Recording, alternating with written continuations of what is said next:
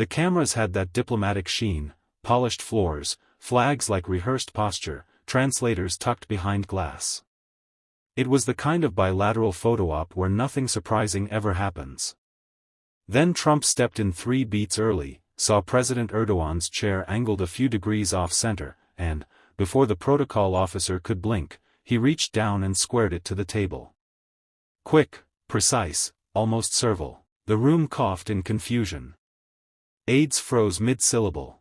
Flashes popped. In the control room, a producer whispered, "Did he just fix the chair?" Within minutes, the clip detonated across timelines, slow-mo edits, zoomed frames, captions like "power move" or "power surrender." Pundits sparred over posture, body language experts feasted. Was it deference, strategy, a showman's tick? Or the smallest gesture telling the largest story? 2 hours later, a live forum convened in a Manhattan studio, the kind with a round table, a blue steel backdrop, and a breathing audience hungry for a moment. The moderator introduced Denzel Washington with the usual applause, but the air felt different, like weather rolling in. Denzel sat without theatrics, hands folded, eyes steady, a quiet that made microphones lean closer. The first question was vanilla: does a chair adjustment matter? Denzel didn't smile. When leaders forget who they serve, they start straightening furniture instead of their spine. A low murmur. He didn't raise his voice, didn't jab, just let the line breathe. That clip wasn't courtesy. It was choreography. It said, "I'll tidy the optics if it buys me the room." But the world doesn't need tidier optics. It needs straighter truth. The audience shifted forward as if pulled. The moderator pressed, "Are you saying it was submission?" "I'm saying," Denzel replied, "if you'll bow to a camera, you'll bargain away a principle. Today it's a chair, tomorrow it's a value." He paused, then delivered the blade wrapped in velvet. "You couldn't shrink any smaller, unless you fold." Phones rose. The control room killed the laugh track. And somewhere between protocol and posture, a story stopped being about a chair, and became about character. Backstage footage leaked almost immediately after the chair incident, fueling the storm. Diplomats whispered into their phones, aides scurried with unreadable faces, and the press spun theories like wildfire. By the time Trump sat under the studio lights for his clarifying interview, the narrative had already outrun him. The moderator's first question was blunt: "Mr. Trump, critics say adjusting Erdoğan's chair looked less like courtesy and more like submission. Was it?" Trump smirked, leaning back with the familiar bravado. "Ridiculous. I was just being a gentleman. The chair was crooked, I fixed it." "Big deal. If anything, it shows leadership. I make things right." His supporters in the audience clapped, but the sound lacked conviction. Then came Denzel. He entered without spectacle, his presence enough to shift the energy. He didn't greet Trump, didn't shake hands, he simply sat, his calm gaze a mirror that reflected Trump's every fidget. When asked the same question, Denzel didn't hesitate. It wasn't about furniture, it was about posture, posture in front of the world. A leader doesn't adjust someone else's seat. A leader makes sure his own people aren't forced to sit in broken ones. The line cracked like thunder. The audience erupted. Trump's face tightened, his lips pressing into the smile he used when cornered. He tried to wave it off. "Denzel, you're a great actor, but this isn't Hollywood." That was when Denzel leaned forward, voice steady as stone. "You're right, it's not Hollywood. That's why it matters. Because when the cameras stop rolling, the chair stays straightened, and so does the message, you bent." The silence afterward wasn't empty, it was charged, like a wire humming with electricity. The clip replayed within seconds, already being sliced into viral loops. "You bent." It was no longer about a chair. It was about the image of a man shrinking before the world. The footage spread like wildfire, climbing into the top trending slot on YouTube within 2 hours. Hashtags like #ChairGate, #YouBent, and #NotHollywood dominated Twitter. Memes exploded, Trump adjusting the chair looped endlessly with captions like, "When submission becomes strategy." Late-night shows replayed the clip, but this time, the laughter wasn't just at Trump, it was at what the moment symbolized. In Washington, political operatives scrambled. Some Republicans tried to defend Trump, he was showing respect, nothing more. But behind closed doors, staffers admitted the optics were devastating. For a man who built his brand on dominance, the image of bending, literally, before Erdoğan was poison. Foreign policy analysts dissected it frame by frame, pointing out how even body language can shift alliances. Meanwhile, Denzel's words carried weight far beyond entertainment. Editorials praised his composure, calling him a citizen statesman. A column in The Atlantic wrote, "Denzel Washington has become a mirror of America's frustration, steady, measured, unwilling to bow." That framing elevated him from actor to truth-teller, and the public leaned in. Trump, on the other hand, doubled down. At a rally the next day, he shouted, "The fake news is obsessed with a chair. A chair. They ignore my accomplishments, my deals, my strength." But the crowd's cheers felt thinner, distracted. The viral replay of Denzel calmly delivering, "A leader doesn't adjust another man's chair," drowned out Trump's rage. And then came the kicker. Erdoğan himself, when asked by a Turkish journalist, smirked and said, "I didn't ask for help with my chair." That line detonated across American media. Suddenly, it wasn't just Trump critics laughing, it was international leaders. Denzel didn't need to say another word, his silence amplified the moment. The world had already chosen which clip to remember, and it wasn't Trump yelling at a rally. It was Denzel, steady as a mountain, reminding everyone of the difference between acting dominant and actually leading. The studio setting of that fateful interview was still burned into the public memory. A semicircle of lights, the polished wood of the round table, and Trump's sudden forward lean as if aggression alone could rewrite history. But what cut deeper than his theatrics was Denzel's restraint. He didn't flinch, didn't mock, didn't even raise his voice. He let Trump's own words collapse under their weight. Clips began circulating of Trump insisting, "This isn't Hollywood," set side by side with Denzel's calm reply, "Exactly. That's why it matters." The contrast was brutal, one man red-faced and shouting, the other steady and deliberate. TikTok edits stitched the moment into motivational reels. YouTube commentators labeled it, "the humiliation seen around the world." Political commentators drew parallels to other infamous moments of weakness on the world stage, leaders bowing too low, handshakes that lingered too long. But this, they said, was worse. This wasn't subtle. This was live, unfiltered, undeniable. And it came at a time when global power optics were everything. Meanwhile, the White House scrambled to contain the fallout. Press secretary briefings turned hostile as reporters hammered, "Does the president regret straightening Erdoğan's chair?" Each answer sounded more defensive than the last. It was courtesy. It was nothing. But the more they denied, the more it stuck. And Denzel? He gave no interviews, no statements. He didn't need to. His silence was dissected like scripture. Was it tactical? Was it dignified restraint? Whatever it was, it worked. Each hour he said nothing, his words from the studio grew louder. By the weekend, pollsters revealed something shocking, a sudden dip in Trump's approval among voters who prized strength on the global stage. It wasn't a speech, a scandal, or a law, it was a chair.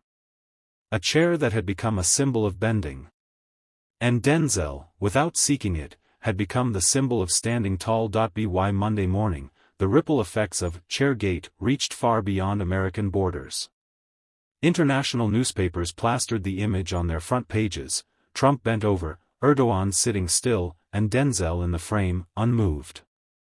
Headlines in Europe mocked the moment of submission, while Middle Eastern media highlighted the irony, Trump, the self-proclaimed dealmaker, visually lowering himself before another leader. Inside political circles, whispers turned to roars. Lawmakers began questioning whether Trump's instinct for dominance was nothing more than theater. If body language reveals the truth, one senator told CNN, this moment said more about his presidency than years of speeches. Clips of Denzel's composed retort. "A leader doesn't adjust another man's chair," were replayed on loop, treated as if they were words from a statesman, not an actor. Meanwhile, late-night comedians couldn't resist. Monologues depicted Trump carrying folding chairs to international summits, with punchlines like, "Next stop, IKEA diplomacy." But what started as comedy soon hardened into critique. The nation wasn't just laughing, they were questioning. Trump, cornered, lashed out at rallies. Denzel Washington thinks he's the president now, he's just an actor. But the attack misfired. The crowd didn't cheer the way they once did. Instead, videos of his rant juxtaposed with Denzel's quiet dignity spread even faster. On social media, something remarkable unfolded. Hashtags that once favored Trump now bent toward Denzel. Hashtag Stand Like Denzel became a trend, used by veterans, activists, and even athletes to highlight moments of courage and composure under pressure. Denzel had unknowingly stepped into a role the public craved, a voice of calm truth in a storm of bluster. The scandal was no longer about a chair. It had evolved into a narrative about respect, power, and the image of leadership itself. And in that narrative, Trump looked small, while Denzel loomed larger than he ever intended. The symbolic weight of the incident grew heavier with each passing day. What had begun as a fleeting moment of awkward body language had crystallized into a defining image of weakness. News anchors replayed the clip beside historical parallels, Kennedy staring down Khrushchev, Reagan telling Gorbachev to tear down this wall, and now Trump bending to fix a chair. The contrast was devastating. Denzel's words, though simple, resonated like a bell. A leader doesn't adjust another man's chair. It wasn't just a quip, it was a principle. Editorial board seized upon it, calling it the line that defined the week. Schools of communication dissected the phrase as an example of how concise, authentic speech can outshine hours of political spin. Around kitchen tables and office water coolers, ordinary Americans debated what it meant. Was Trump showing humility? Or weakness? The overwhelming consensus leaned toward the latter, and Denzel's calm refusal to grandstand only amplified that perception. Trump's advisors panicked. They urged him to pivot, to laugh it off as a joke, to frame it as respect for Erdoğan. But Trump's pride refused compromise. Instead, he doubled down, sneering at Denzel, "This isn't Hollywood. He doesn't know real power." Yet each insult only highlighted the contrast, Trump defensive and bitter, Denzel steady and unbothered. Meanwhile, international commentators weighed in. A French diplomat remarked, "Power is theater, but even theater has rules." Trump forgot them. In Turkey, Erdoğan avoided fueling the flames, but his sly smile when asked about the incident spoke louder than words. By midweek, the hashtag chair of shame exploded globally, merging satire with serious critique. Protest signs, late-night sketches, even op-eds used it as shorthand for Trump's faltering image. And through it all, Denzel remained silent, his one statement echoing louder with every passing headline. It was becoming clear, this was no longer a story about Trump versus Denzel. It was a story about Trump versus the image of leadership itself, and he was losing. The longer the controversy lived, the more it transformed into something larger than politics. It became a cultural moment. Universities began assigning the clip in political science and media classes, analyzing how optics could override policy. Communication experts called it a textbook case of symbolic collapse. Even psychology podcasts dissected the body language, Trump's bent posture, Erdoğan's stillness, Denzel's unwavering composure. On talk shows, Denzel's words were replayed like a mantra. A leader doesn't adjust another man's chair. Viewers weren't just repeating it, they were living it. Social media flooded with clips of everyday people confronting bosses, politicians, even friends, captioned with hashtag Stand Like Denzel. What had been a critique of Trump turned into a viral symbol of dignity. Trump, however, couldn't let go.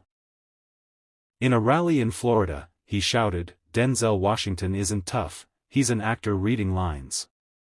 I'm the one who faces real leaders." But the attempt to belittle backfired spectacularly.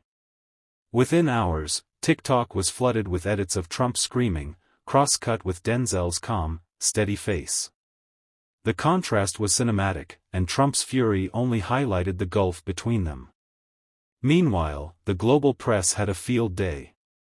The Guardian called it the moment Trump's tough guy mask cracked.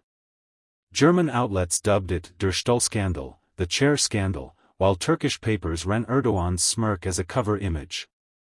Every angle returned to the same truth: Trump had tried to assert control but instead revealed submission. What unsettled Trump most wasn't the mockery, it was the silence. Denzel never responded, never defended himself, never attacked further. His restraint turned into dominance. Every pundit who tried to bait him into commentary was met with the same calm refusal: the clip speaks for itself. And it did. More loudly than any press conference Trump could call. The humiliation wasn't fading, it was hardening into history. By the 8th day of coverage, the scandal was no longer just a news cycle, it had become an international punchline. Editorial cartoons showed Trump carrying chairs into every meeting, bowing and adjusting them for other leaders. One viral sketch depicted him at the United Nations, rearranging the entire seating arrangement while Erdoğan sat back and smirked. But behind the laughter was a growing unease. Analysts warned that the image was damaging America's credibility abroad. Diplomats reported whispers in private meetings: is this the man we're supposed to follow? Even allies began to question whether Trump's bluster was masking a deeper vulnerability. Meanwhile, Denzel's reputation soared. He hadn't sought this role, yet the public crowned him as a truth-teller. His calm remark was replayed not just as criticism of Trump, but as a lesson in leadership. A leader doesn't adjust another man's chair. Schools, military academies, and even business conferences quoted it like scripture. Trump's advisors desperately attempted to redirect the narrative. They flooded social media with images of Trump looking strong, saluting soldiers, standing tall at rallies, but none of it erased the viral clip. The harder they tried, the weaker he seemed. Late-night TV only deepened the wound. Colbert quipped, "Forget making America great again, he can't even make his own chair great again." The audience roared, and the joke spread faster than any official rebuttal. Internationally, Erdoğan kept silent, but his knowing grin haunted Trump more than words ever could. The Turkish leader didn't need to comment, his smile was enough to fuel 1,000 headlines. For Denzel, silence became his superpower. Each day he refused to engage, the weight of his single statement grew heavier. In the court of public opinion, Trump was shouting into the void while Denzel stood tall in quiet authority. The scandal was no longer about the moment itself, it was about what it revealed: a man who claimed strength but showed submission, and another who said little yet embodied true dignity. By now, the controversy had mutated into a cultural symbol. Online forums debated the deeper meaning of Trump's gesture, some claiming it was a sign of respect, others insisting it was the ultimate humiliation. But the majority agreed on one thing: the optics had shattered his image of dominance. Denzel's words still echoed. A leader doesn't adjust another man's chair. They had transcended the moment, becoming a metaphor for integrity. Activists used it in speeches. Teachers quoted it in classrooms. It was stitched onto protest signs and printed on T-shirts. What Trump intended to dismiss as Hollywood had turned into a creed of authenticity. In the halls of Congress, Democrats seized the moment, accusing Trump of projecting weakness on the world stage. Republicans were split, some defended him as polite, while others whispered that the incident was indefensible. Privately, strategists admitted it might be the image that defined him in voters' minds. Not a handshake, not a policy, not a rally, but a chair. Meanwhile, Trump grew more agitated. He launched tirades against Denzel, against the media, against anyone who replayed the clip. But his anger only deepened the wound. Side-by-side edits of his shouting and Denzel's calm stare became viral staples. The louder Trump got, the smaller he seemed. The scandal even crossed into the art world. A mural appeared in Los Angeles. Trump bent over adjusting a chair while Denzel stood behind him, arms crossed, unshaken. Tourists flocked to see it, selfies flooded Instagram, and the image became permanent graffiti on the digital memory of the internet. And yet, through it all, Denzel remained silent. That silence was louder than any insult, sharper than any rebuttal. He didn't need to fight Trump word for word, the world was already convinced. This wasn't just a fleeting headline anymore. It was becoming folklore. The story reached its inevitable crescendo. What had started as a single awkward motion, a former president bending to fix Erdoğan's chair, had spiraled into a global spectacle. By the 10th day, the incident wasn't just replayed on screens, it had seeped into culture, politics, and memory.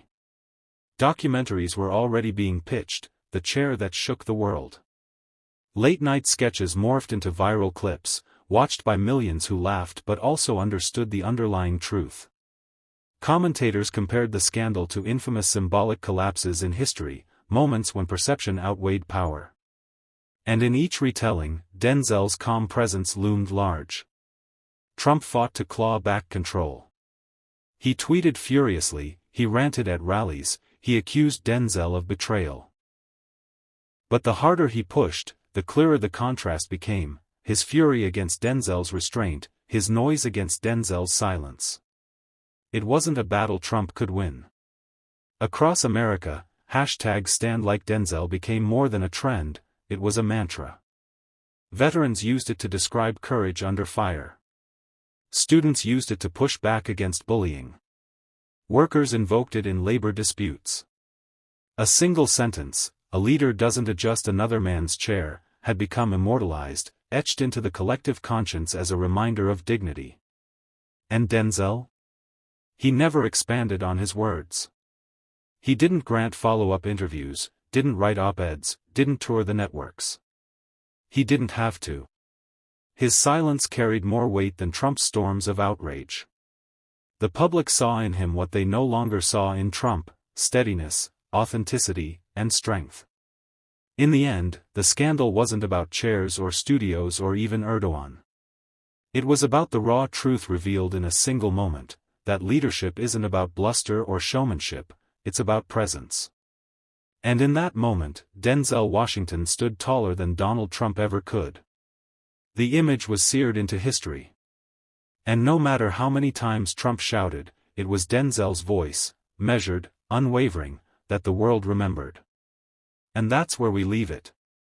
A chair, a gesture, and a silence that spoke louder than 1,000 speeches. Trump may have shouted, denied, and deflected, but the world only remembered the calm conviction of Denzel Washington. In that studio, we didn't just witness a clash of words, we witnessed the collapse of an image, and the rise of a new symbol of strength. Thank you for watching, and remember, leadership isn't about bending down.